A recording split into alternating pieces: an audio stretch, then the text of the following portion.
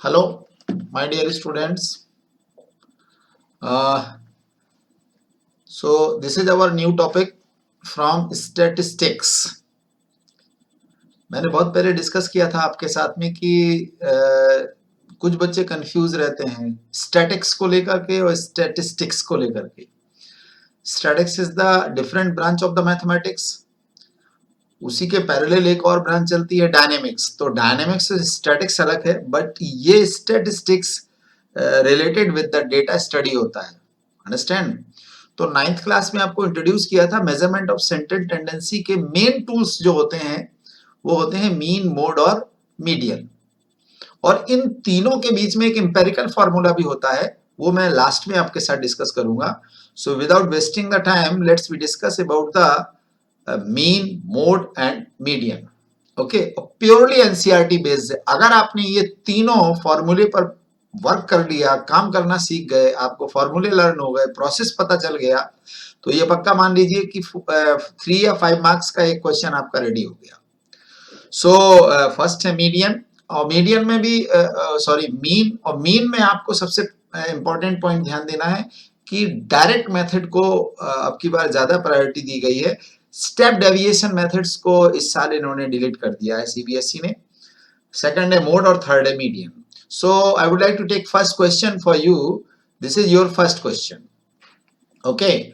इस क्वेश्चन के अंदर आपको डायरेक्टली लिखा होगा कैलकुलेट द मीन, है ना. अब ये नहीं होगा कि बाय विच मेथड या which method you will select. वो पहले आता था, क्योंकि अब उन्होंने एक दो मेथड इसमें से डिलीट कर दिए हैं. तो क्वेश्चन है आपका, फर्स्ट तो क्लास इंटरवल दिया जाएगा 10 to 25 से लेकर के 85 to 100 तक का हो जाएगा. नंबर ऑफ स्टूडेंट्स, ये आपकी फ्रीक्वेंसी होती है 2, 3, 7, 6. ओके. ऐसे केस में जब भी कभी आप मीन कैलकुलेट करने के लिए आगे बढ़ते हैं तो सबसे इंपॉर्टेंट पॉइंट होता है कि हम पूरे इस डेटा को वर्टिकली लिख लें. पहले क्लास इंटरवल, सेकंड में लिख लेते हैं नंबर ऑफ स्टूडेंट्स, और थर्ड में आ जाता है क्लास मार्क्स. बहुत से टीचर पहले क्लास मार्क्स लिख लेते हैं जिसको हम लोग एक्सआई बोलते हैं, और बाद में वो लोग जो है फ्रीक्वेंसी लिख लेते हैं. बट इससे कोई इश्यू नहीं बनता है ना, कोई प्रॉब्लम बनती है, क्योंकि लास्ट में जाकर के हमें F I into X I तो निकालना ही होता है, चाहे पहले एक्स आई लिख लो या बाद में लिख लो, एनीवे. तो फर्स्ट है आपका क्लास इंटरवल 10 to 25 जिसकी फ्रीक्वेंसी 2 है, और लास्ट वाला आपका दिया हुआ है 85 to 100 जिसकी फ्रीक्वेंसी 6 है. Sum of all frequency is called sigma F I. मेरी बात समझ गए होंगे आप लोग. टोटल 2 + 3 + 7 + 6 6 6 6 करके टोटल कितना आ गया है सिग्मा एफ आई 30. अब आपको इसमें एक्स आई कैलकुलेट करना है, तो सवाल ये उठता है कि ये 17.5 आया कहां से है. ये यहां से आया है, 10 to 25 वाले डेटा से आया है. जैसे ही आप इसकी लोअर लिमिट और अपर लिमिट का सम करेंगे, L1 और L2 का सम करेंगे और डिवाइड बाय 2 करेंगे, तो कितना हो जाएगा टोटल 35. 35 का हाफ करेंगे तो क्या आएगा 17.5. ऐसे ही 25 + 40/2 करेंगे तो कितना आ जाएगा 32.5. ऐसे ही आप इन सभी का सम करते चले जाएंगे क्लास इंटरवल के जो लोअर लिमिट अपर लिमिट है, और इनका सम करके हाफ करते जाएंगे तो आपको क्या मिल जाएगा, एक्स आई मिल जाएगा. मीन कैलकुलेट करना है डायरेक्ट मेथड से, तो अब आपको जब एक्स आई मिल गया तो अब आपका अगला कॉलम है फिक्स है, वो क्या है एफ आई इंटू एक्स आई. अरे तो 2 × 17.5 मल्टीप्लाई कर दीजिए, 3 × 32.5 मल्टीप्लाई कर दीजिए, और जो मल्टीप्लाई आता जाए उसको आप यहां लिखते जाइए उसके सामने. तो जैसे आपने सिग्मा एफ आई कैलकुलेट किया था ये, उसी तरह से अब आप इन सभी एफ आई इंटू एक्स आई का जो ये नंबर आए हैं, ये सभी नंबर आए हैं, इनका सम कर दीजिए. दैट इज कॉल्ड सिग्मा या summation F I into X I. No problem. जैसे ही आपका सिग्मा या summation F I into X I आ जाए, तो ये आया टोटल 1860.0. तो अब आप आ जाइए फॉर्मूले पर. What is the mean calculation. बच्चों को 9th का याद रहता है, 7th का याद रहता है, sum of the all observation upon total number of the observation. तो बेटा ये भी sum of the all observation है, जिसको हम क्या बोल रहे हैं यहां पर आकर के, sigma F I into X I. तो ये आ जाएगा, और divided by total number of the observation जो कि हमारी फ्रीक्वेंसी का सम होता है, that is sigma F I. So 1860 divided by 30, 62 will be mean of these data. हाँ, अगर ये डाटा में कहीं ऊपर लिखा है number of mangoes, number of plants या रुपीज या नंबर ऑफ बॉयज या नंबर ऑफ इतने स्टूडेंट्स या समथिंग, तो यहां आपको 622 के बाद अब क्लास 10th में यूनिट भी लिखना है।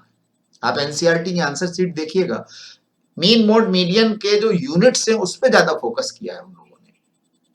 तो बहुत सिंपल है, and this method is called direct method, right.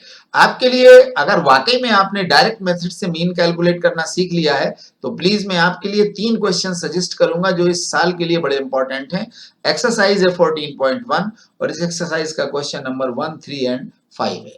इसमें एक क्वेश्चन और बनता है जिसमें मिसिंग फ्रीक्वेंसी कर देता है, बट यहाँ टोटल ऑफ फ्रीक्वेंसी दे देगा आपको, लेकिन बीच में कोई एक फ्रीक्वेंसी मिसिंग कर देगा, तो उसको भी इसी डायरेक्ट मेथड, लेकिन उसमें मीन गिवन होगा। जैसे इसमें मीन दे दिया जाए 62 और 7 की जगह लिख दिया जाए ओनली x और टोटल दे दिया जाए 30 और आपसे कहा जाए फाइंड द मिसिंग फ्रीक्वेंसी, तो आप इन सब का fi xi निकालते चले जाइए, लेकिन यहाँ 7 इंटू 47.5 मल्टीप्लाई नहीं होगा, x इंटू 47.5 मल्टीप्लाई होगा।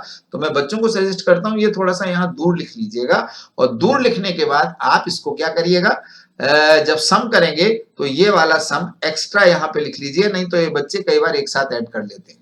तो मिसिंग फ्रीक्वेंसी का एक क्वेश्चन जरूर दिया है आपके एनसीईआरटी में, उसको भी कर लीजिएगा। तो question number 1, 3, 5 are very important for you right now. Next question आपके लिए है मीडियन पर मोड पर बेस है, that is our question number 2 for today. The question is find the mode of this data. Family का size दिया हुआ है, नंबर ऑफ फैमिलीज हैं। तो सबसे पहले मैंने आपसे कहा था इस डाटा को हम क्या करेंगे, वर्टिकली लिख लेंगे। 1 2 3 7 फैमिलीज हैं, राइट। और 3 to 5 मेंबर 8 फैमिलीज में है, 5 to 7 2 में है, 7 to 9 2 में है और 9 to 11 एक ही फैमिली में मिले मेंबर्स, नो प्रॉब्लम। अगर मोड कैलकुलेट करना है तो आपने सुना पढ़ा होगा 7th से लगा के और 9th क्लास तक की mode means model. Model number आपको अगर पता है पहले से तो उसमें कोई प्रॉब्लम नहीं है, लेकिन अगर इस तरह का डेटा दिया जाए तो आपको मॉडल क्लास निकालना पड़ता है।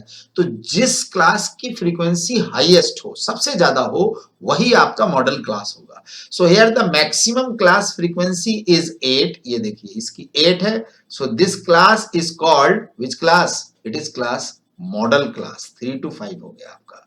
जब मॉडल क्लास मिल जाए आपको, तो मॉडल क्लास की जो लोअर लिमिट होती है that is called small L, क्योंकि फॉर्मूले में हमको एल चाहिए, मोड इज इक्वल टू।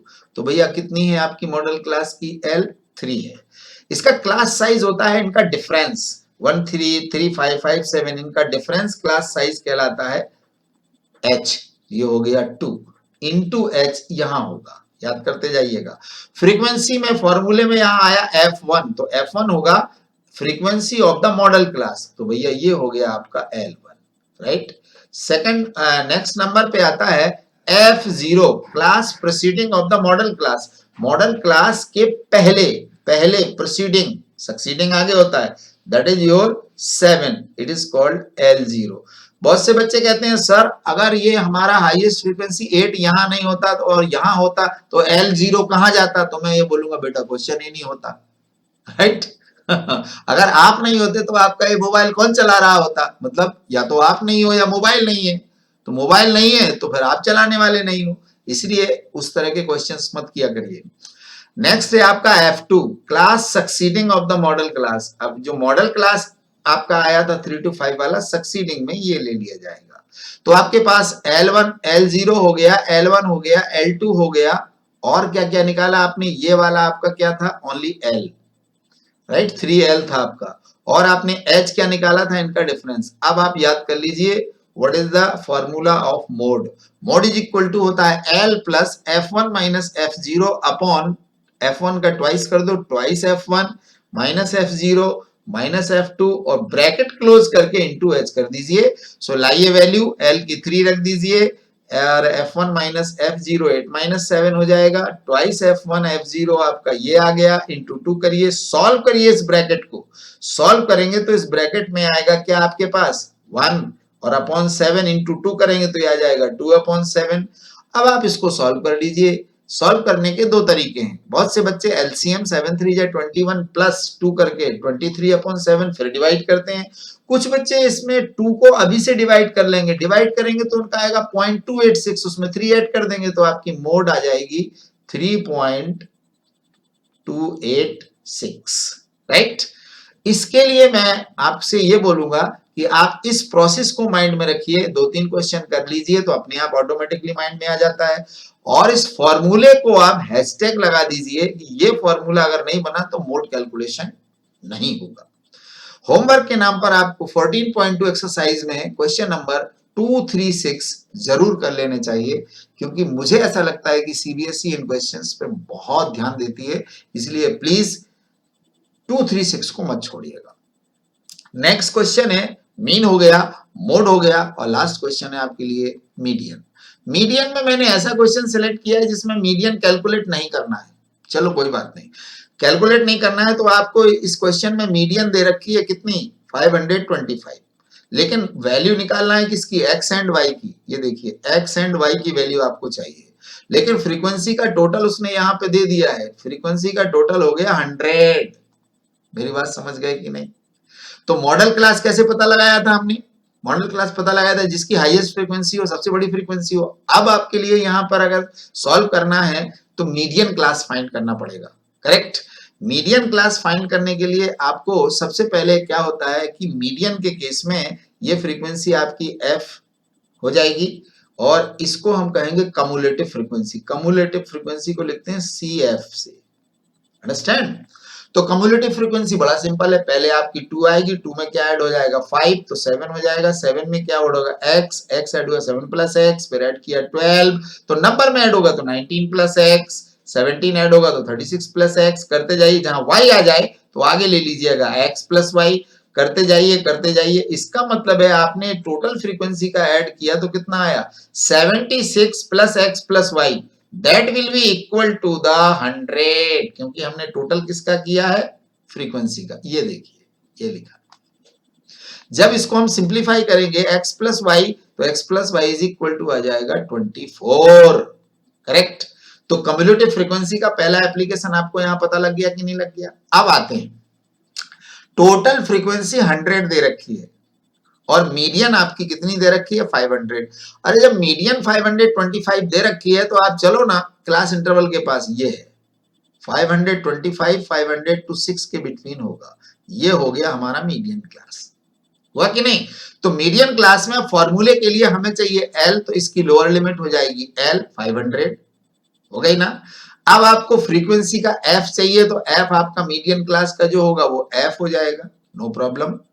फिर आपको कम्युलेटिव फ्रीक्वेंसी चाहिए, तो इस मीडियन क्लास की जो कम्युलेटिव फ्रीक्वेंसी है वो 56 प्लस एक्स है, लेकिन कम्युलेटिव फ्रीक्वेंसी फॉर्मूले में ये नहीं ली जाती है।